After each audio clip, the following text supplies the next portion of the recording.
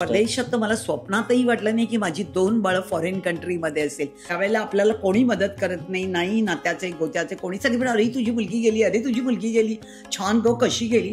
पैसे कुठून आणले हे कोणी कधी विचारलं नाही. तुम्ही रडत बसलात, एका बाजूला गप्प बसलात, रडत बसलात, दुःख सारखं असे असे असे काला उत्तर केव्हाच मिळत नाही. तुला बरेच लोकांनी असं सजेशन दिलं 4 मुलं आहेत तर मुलींचे लग्न करून टाक, मोठ्या मुलींचे. हो, सल्ला देणारी सगळे असतात. प्रत्येक जण मार्ग सांगणारे असं करणार की लवकर लग्न करून दे, मुलीचे जबाबदारी मधनं मोकळं होऊन जा. त्या मुलींचे लग्न करून टाक, कशाला तू मुलींना 12वी झाली चल देऊन टाक. म्हटलं माझं मुलगा म्युन्सिपालिटी शाळेत पण जाऊन शिकवू शकतो. So I hope everybody is doing all right, and today's video is also going to be like a storytelling video. आणि स्टोरी टेलिंग मध्ये असेच आम्ही रॅन्डम गोष्टी गप्पा जे पण आहेत आमच्या लाईफमध्ये जे गोष्टी झालेल्या आहेत ते आम्ही असे डिस्कस करणार. तर काय बोलायचंय मम्मी, स्टार्ट. हो, आजची आहे की म्हणजे 4 मुलांना एकटीने सांभाळून त्यांना मोठं करून आणि त्यांना परप्रांतात पाठवणं खूप कठीण आहे. आणि जेव्हा खरंच की वेळ अत्यंत वाईट होती आणि त्यावेळेला एकटीच्या पगारात 4 मुलांना सांभाळणं आणि त्यांना मोठं करणं, त्यांना चांगलं शिक्षण देणं, पण त्या तुटपुंच्या पगारामध्ये पगार येत होता पण मुलांचं फी सगळं राहणं खाणं आणि हे सगळं बघत होतो. आणि मोठी मुलगी अत्यंत हुशार होती पण तिच्यावर सर्व जबाबदाऱ्या होत्या.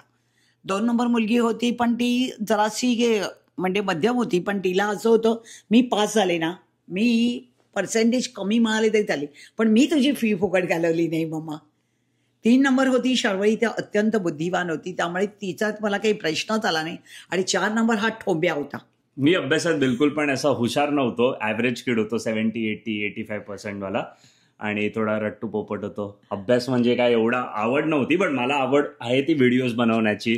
मी व्हिडिओज टाकतोय म्हणून आज लोकांना व्हिडिओज दिसत आहेत, आज दिवेकर काकू दिसत आहेत, आणि माझं बेसिकली मी खूप क्रिएटिव्ह आहे. मम्मीला असं कधी वाटलंच नाही की तिला असं बाहेर कधी कॅनडाला जायला भेटेल वगैरे, हे स्वप्नच नव्हते.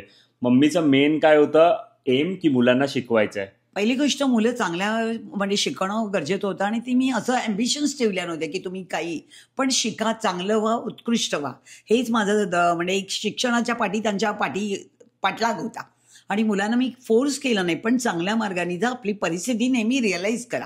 आणि त्याप्रमाणे 4ही मुलं माझी चांगल्या पद्धतीने शिकत गेली. पैसे भागत नव्हते, मग कधीतरी कोणाकडनं तरी मागावे लागायचे. त्याच्यामध्ये म्हणजे सरफरे म्हणून एक मैत्रिणी, ती मला कधीतरी लागले की शेवटी 25 ते 28 तारीखला लागायचे, मग ती मला मदत करायची. अशा 2-3 मैत्रिणी माझ्या होत्या, त्या मला द्यायच्या. आणि बँक शॉर्ट लोन तर वारंवार काढावं लागायचं की एक 6 महिने झाले की शॉर्ट लोन, 8 महिने झाले की शॉर्ट लोन, कारण मुलांचे खर्च जास्त होते. म्हणजे 4 लोकांच्या फी होत्या आणि 4 जणांच्या फी होत्या, वया पुस्तकं होत्या, त्याच्यामुळे युनिफॉर्म्स असायचे, बऱ्याच गोष्टी म्हणजे सगळं झालं. उदरनिर्वाहाचा खर्च आला म्हटल्यानंतर सगळेच आले, कपडा लत्ता सगळं, फी वगैरे, वया पुस्तकं. पण त्या तुटपुंच्या ह्याच्यात पण कसं भागवणं, काटकसर करणं आणि मुलांचं रक्षण करणं, त्यांना शिकवणं, हेच ध्येय होतं. आणि कधी स्वप्नात वाटलंही नाही की माझी मुलं 2 परप्रांतात जातील, परदेशात फॉरेन कंट्रीमध्ये जातील, हे कधीही वाटलं नाही. मला स्वतःला नाही वाटलेलं इनफॅक्ट की मी कधी असं बाहेर येईन. आणि हे सगळं म्हणजे मम्मीमुळेच. काय बोलणार अजून, मी असं फक्त बघायचो आम्ही की अरे लोक जात आहेत. इनफॅक्ट मी माझी पहिली फ्लाईट पण ॲट द एज ऑफ 22 असताना मी माझी पहिली फ्लाईटमध्ये बसलेलो. मी कधी फ्लाईटमध्ये पण नाही बसलो. मला असं वाटायचं अरे हे तर सगळे पैसेवाले लोकच करू शकतात, फ्लाईटमध्ये बसणं, अब्रॉडला जाणं. अब्रॉड तर कधी स्वप्नामध्येच नव्हतं माझ्या भाई म्हणजे, बट हे सगळं ड्रीम होतं. आणि सगळ्यात पहिलं आमच्यामध्ये जाण्यासाठी कोण होती? शर्वरीला जायचं होतं कॅनडाला. आणि ती सारखी हट्ट करत होती, मम्मा मला कॅनडाला जायचं, म्हणजे फर्दर स्टडी मला मास्टर्ससाठी प्लीज पाठव. पण तेव्हा खरंच पैसे नव्हते. शर्वरीला नेहमी मला सांगावं लागायचं गं खरंच पैसे दे. तिला पाठवायचं नव्हतं तुला, मम्मीला असं वाटायचं ना पहिलं की फॉरेन कंट्रीमध्ये नको बाबा, कोणी आपल्या ओळखीचं नाही, एवढ्या लांब मुलीला पाठवायचं आणि ती पण एकट्या मुलीला पाठवायचं, आपली नाही ओळख देळख, तर कसं पाठवायचं, त्यामुळे मी तिला नाहीच म्हणायची. आणि मग ती अशी जिद करायला लागली, जिद करायला लागली. मग माझ्या 2-3 मैत्रिणी म्हणाला, अगं तुझं बाळ एवढं हुशार आहे, पाठव तिला, कशाला चिंता करते. मग तिला हे केलं. मग तिने स्वतः रिसर्च करून तिने डिसाईड केलं की तिला कॅनडाला यायचं आहे. तिने सगळं केलं. हे लोक लोनसाठी जात होते बँकमध्ये, कारण तिचं असं होतं की स्वतःच्या पैशाने जाणार, म्हणजे स्वतःच्या पैशावर जायचं असं होतं. प्रत्येक ठिकाणी मी बँकेत तिला घेऊन जात होते, पण मी रिटायर्ड म्हटल्यानंतर बँक लोन द्यायला तयारच नव्हती, एज्युकेशनचं लोन. आणि सडन मग काय झालं, तिला मी फिक्स केलं जायचं. पैसे भरले पण थोडे पैसे बऱ्यापैकी कमी पडले. आणि त्यावेळेला मी म्हटलं, देवा आता मी कोणाकडे पैसे मागू, काही कळत नव्हतं. पण अचानक माझी एक फॅमिली रिलेशन्समधली माझी मैत्रीण अम्मा म्हणून तिने मला मोठी अमाऊंट्स माझ्या मुलीसाठी दिली आणि तिने सांगितलं, नाही आपकी बेटी जा रही है तो मैं आपको दे रही है, आप टेन्शन मत लो, लेकिन आपकी बेटी जाना सब जरूरी है. आणि खरं तिच्या कृपेने माझ्या बेबीचं अचानक तयार झालं, तिची फी सगळी भरली गेली आणि मग मम्मीने त्यांना पैसे रिटर्न दिले. आणि मग मी त्यांना 1 महिन्यानंतर त्यांचे पैसे त्यांना रिटर्न्स केले. पण त्यावेळेला पण पैसे मिळणं खूप गरजेचं होतं. त्यावेळेला आपल्याला कोणी मदत करत नाही, नात्याचे गोत्याचे कोणी. सगळे पण अरे तुझी मुलगी गेली, अरे तुझी मुलगी गेली, छान गो कशी गेली. पैसे कुठून आणले हे कोणी कधी विचारलं नाही. आणि कोणी कधी विचारलं पण नाही नातेवाईकांनी की अरे विजू तुझी मुलं काय शिकतात. म्हणजे सगळ्यांना असं होतं की विजूची मुलं म्हणजे काय अशीच सोडलेली आहेत. म्हणजे कोणाला असं नातेवाईक असतात ते फक्त असं दाखवण्यापुरती असतात, असं चांगलं चांगलं बोलण्यासाठी वगैरे, आणि फक्त असं बोलतात. पण कोणी अजूनपर्यंत कोणी मम्मीला विचारलं नाही की तू पैसे कुठनं आणलेस, तू मॅनेज कसं गेलंस, तू मुलांची फी कशी भरते. पण always God is a guide. त्या परमेश्वरावर माझा दृढ विश्वास आहे आणि त्याच्याकडे मी नतमस्तक आहे. आणि त्याच्या कृपेनीच आजपर्यंत माझी जी गाडी हाकली त्या परमेश्वराच्या कृपेने हाकली. आणि तो याचं एक माध्यम आहे. त्या माध्यमात तुम्ही जर पुढे चालत राहिलात तर अपायाला उपाय मिळतात आणि परमेश्वर कोणाच्या ना कोणाच्या रूपात येऊन तो तुम्हाला मदत करतो. माझं पण सेम असंच होतं की जायचं नाही जायचं, म्हणजे पैसे होत नाहीत वगैरे. बट ते पण कसं कसं झालं आणि मग मी पण आलो. बट ऍट द एंड तेच असतं की मॅनिफेस्टेशन पॉवर एक स्ट्रॉंग असली पाहिजे, की तुमची इच्छाशक्ती दांडगी असली पाहिजे, इच्छाशक्ती तुमची प्रबळ असावी आणि तुम्ही खूप स्ट्रॉंग असलं आणि पाहिजे. परिस्थितीवर मात करणं हे महत्वाचं आहे. तुम्ही रडत बसलात, एका बाजूला गप्प बसलात, रडत बसलात, दुःख सारखं असे काला उत्तर केव्हाच मिळत नाही.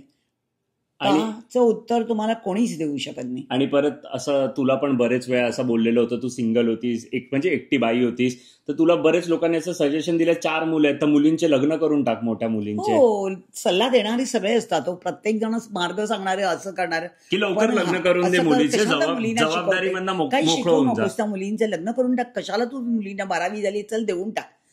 पण ऐकावे जनाचे आणि करावे मनाचे, हा मात्र माझ्याकडे ठाम होता. मी सगळ्यांचं ऐकलं, पण माझ्या बुद्धिमत्तेला चालना देऊन मला जे योग्य वाटेल त्या पद्धतीनेच मी माझ्या मुलांचं सगळं चांगलं केलं. आणि तू त्या लोकांना कसं डील केलंस की जे असे बोलत होते की म्हणजे लोकांचं हे बघा मेंटॅलिटी की तुम्ही तर आम्हाला आमचं घर चालवत नाहीयेत. अरे सल्ला देणारे बरेच असतात, कळलं ना. पण सल्ला घेणं आणि न घेणं हे आपल्या हातात. आणि वाईट प्रसंगाला तुम्हाला सगळेच जण सांगतात, अगं बाई त्यांना नाही. मी त्यांना उत्तर दिलं नाही, कारण वेळ वाईट असल्यामुळे मी कोणालाही कधी एकही रिप्लाय दिला नाही. लोकांनी आरोप केले, असं काय बाई दुनियादारी करते, काय दुनियादारी करते, ह्या लोकांना पेशंटला घेऊन द्या. मी त्यांना रिप्लायच दिला नाही. पुण्याने रिप्लाय न देणं हे अत्यंत योग्य असतं. आणि आज सगळ्या मैत्रिणी म्हणतात, विजूताई तू जिंकलीस. कारण त्यावेळेला आम्ही तुझी चेष्टा केली. चेष्टा करणारे लाखो होते, पण चेष्टेकडे बघत राहिले नाही. ते जर बघत राहिले असते तर मानसिक संतुलन बिघडलं असतं. आणि ते बिघडण्यापेक्षा देवा क्षमस्व, यांना क्षमा कर. देवाला आईने सांगितलेले की कधी कोणी वाईट बोलत असेल त्याला तू विचारायलाही जाऊ नको, बोलायला जाऊ नको, क्षमस्व म्हण. देव म्हणतो जेव्हा तू समोरच्याला क्षमा करते ना तेव्हा 10 पटीने मी तुला सहाय्य करणार. म्हणजे असं तुला कुठली स्टोरी असं काय शेअर करायची की आम्हाला शिकवण्याच्या टाइम मध्ये असं कोण बोलायचं तुला काय की अरे तुझं साधं ऍडमिशनच घे ना. ह्याला जेव्हा ऍडमिशनसाठी जायचं होतं आणि चांगली शाळा, तर सगळे म्हणाले सेंट पॉल चांगली शाळा आहे. हा म्हणजे मी लहान असताना केजी हा मला ऍडमिशनसाठी घेत होती ती. आणि एक मैत्रीण म्हणाली, अगं माझी ओळख आहे, मी तुला घेऊन देते तुझ्या मुलासाठी ऍडमिशन आहे, काही चिंता करू नको. म्हणून तिने मला एका व्यक्तीशी ओळख करून दिली. आणि त्या व्यक्तीकडे मी गेले आणि एकदम साधी माझ्या आईची साडी घरातली नेसून गेली. म्हणजे असं दाखवायला की आम्ही गरीब आहे हे दाखवण्यासाठी डोनेशन अफोर्ड नाही करू शकत, डोनेशन अफोर्ड करू शकत नाही. म्हणून माझ्या आईची साडी मी घरी जाऊन घेऊन आले. सगळं काही गळ्यातलं कानातलं सगळं घातलं आणि एक काळं प्लेन मण्याची पोत अशी, मंगळसूत्र पण काढून सगळं काढलं. म्हणजे दाखवायला की मला कोणच नाही, नवरा पण नाही, नवरा नव्हतेच, म्हणजे मिस्टर नव्हतेच. पण मी ते सगळं गळ्यातलं काढून खोटं एक प्लेन काळ्या मण्याचं असं सर घालून गेले. आणि त्या माणसाला तिने सांगितलं अमुक माणसाला तुम्ही जाऊन भेटा. आणि मी त्याला भेटायला गेले, त्याला भेटले. फक्त त्यांनी मला विचारलं की तुम्ही कुठे काम करता. तर मी सांगितलं मी केईमध्ये काम करते. बस. तो म्हणाला जा तुमचं ऍडमिशन होईल, तुम्ही काही चिंता करू नका, तुमचा फॉर्म पण तुमच्या घरी मी पाठवून देतो, तुम्ही फिलअप करा आणि पुन्हा त्या लेडीकडेच द्या तुमचा फॉर्म, तुम्ही इकडे सबमिशन करायची गरज नाहीये म्हणून. आणि त्याप्रमाणे मी घरी आले. आणि विदिन आफ्टर 2 days नंतर त्या माझ्या मैत्रिणीचा फोन मला घरी आली, म्हणाली विजूताई ते 50,000 रुपये मागतात. आणणार कुठं? मी म्हटलं अरे बापरे, की 50,000 त्यावेळेला माझ्याकडे खरंच नव्हती. मी म्हटलं मी शॉर्ट लोन काढून 5,000 देऊ शकते, 5,000च्या वर माझी कॅपॅसिटी नाही. ती मला म्हणाली नाही विजूताई तुम्ही घ्या, चांगली शाळा आहे, तुमचा मुलगा अत्यंत हुशार होईल, नामांकन मिळेल. मी म्हटलं बघ god is always great. Municipality मी म्हटलं माझा मुलगा म्युन्सिपाल्टी शाळेत पण जाऊन शिकवू शकतो आणि तो तिथूनही नामांकन मिळवू शकतो. माझा त्याच्यावर म्हणजे विश्वास आहे. आणि असं नाहीये की तो सेंट पॉलला गेल्यानंतर तो कष्ट होईल. आणि सुदैवाने मी त्या माणसाला सांगितलं, त्या बाईला, की नाही बाबा माझी कॅपॅसिटी नाहीये, तेव्हा मला काही गरज नाही. 24 आवर्स मी लाईनमध्ये राहून ऍडमिशन फॉर्म घेतला. 2 दिवस लाईन होते. 24 आवर्स मी डे अँड नाईट मी आणि माझी मोठी मुलगी लाईनमध्ये राहून आम्ही ते फॉर्म कलेक्ट केला. नंतर सबमिशन केलं आणि सबमिशन केल्यानंतर बघा खरंच पुन्हा मी तुम्हाला सांगेन की जादू झाली. आणि इंटरव्ह्यूला पुण्याला घेऊन गेले आणि माझ्याबरोबर एक माझी भाची होती सुधा म्हणून, तिला पॅरेंट्स कोण बरोबर म्हणून, तर मग मी तिला घेऊन गेले माझ्याबरोबर आणि ह्याला इंटरव्ह्यूला नेलं. सुपरवायझरनी पुण्याला काढून घेतला हातात ना माझ्या आणि सांगितलं का होईया, पुण्याला घेतला. आणि मला आणि त्या माझी जी भाची आहे तिला मी घेऊन आम्हाला प्रिन्सिपॉलने इंटरव्ह्यूला बसवलं. आणि तुम्हाला खरं सांगू की माझ्या बाळाचं ऍडमिशन फ्री झालं. मला 1ही रुपया डोनेशन द्यावं लागलं नाही. हे पुणे त्रिवार सत्य. आणि हे मॅनिफेस्टेशन म्हणजे मम्मीला पाहिजे होतं कुठे ना कुठे की मुलगा चांगल्या शाळेत शिकावा, पण पैसेच नव्हते तर एवढे कुठं चांगल्या शाळेत. 4 मुलांना शिकवणं म्हणजे प्रचंड कठीण होतं. 4 मुलांची फी आणि डोक्यावर एवढं मोठं टेन्शन्स होतं ना की फक्त मुलांना मोठं करणं हा माझ्यावर सगळ्यात मोठी जबाबदारी होती. परदेशात जाणं तर दूरची गोष्ट. परदेशात तर मला स्वप्नातही वाटलं नाही की माझी 2 बाळं फॉरेन कंट्रीमध्ये असेल. आणि आता जेव्हा प्रत्यक्ष मी इथे राहते तेव्हा मी देवाची शतशः म्हणजे आभारी असते की देवा मला काय रे, किती सुंदर बाळं दिली. आणि ती पण परप्रांतामध्ये परदेशामध्ये दादून. आता मी मुलीबरोबर राहत असल्यामुळे मला कळते की नाही माझी मुलं अत्यंत सुखी आहेत. देवा सगळ्यांच्या मुलांना सुखी दे. आणि माझी नेहमी देवाला प्रार्थना असते, देवा सगळ्यांचं छान कर रे. देव म्हणतो जेव्हा तू सगळ्यांसाठी प्रार्थना करते ना तेव्हा मी तुझंही करणार. हे माझ्या आईने मला त्रिवार सांगितले की बाळा नेहमी सगळ्यांचं चांगलं चिंत, कोणालाही वाईट बोलू नको, कोणाला अपशब्द वापरू नको, सगळ्यांसाठी प्रार्थना कर. माझी आई माझा सगळ्यात मोठा मॉरल सपोर्ट आणि ती आई माझी गुरु. आणि आईने माझा नेहमीच लहानपणापासून सांगितलेले म्हणजे प्रत्येक शिकवण आईने दिले. कठीण प्रसंग आल्यानंतर कसं सामोरं जायचं, दुःख आल्यानंतर कसं सामोरं जायचं, आणि बाळा कधीही रडत बसू नको हे आईने आम्हाला सांगितलेले ब्रीदवाक्य. आणि त्यामुळे तेच मी फॉलो केलं आणि मी कोणाकडे रडत गेले आणि मुलांना कोणाकडे ताब्यात देऊ आईने सांगितलेलं मुलांना कोणाच्याही ताब्यात देऊन तू जन्म दिले त्यांचं कर्म घडव. कारण त्या मुलांना जर तू बेशिस्तपणा लावलात किंवा शिस्त शिकवलीच नाही तर 4 लोक तुझ्यावर शी थू करतील. त्यापेक्षा मुलांना चांगले संस्कार दे, चांगलं ज्ञान दे आणि ज्ञानामृत दे. आणि आई माझी ज्ञानामृत होती, बोधामृत होती आणि कृपेचा दयेचा सागर होती. त्याप्रमाणेच मी माझ्या मुलांना मी सर्वांवर हेच प्रेम करत आले. आणि त्यामुळे सगळी लोक मला नेहमी विजूताई विजूताई विजूताई.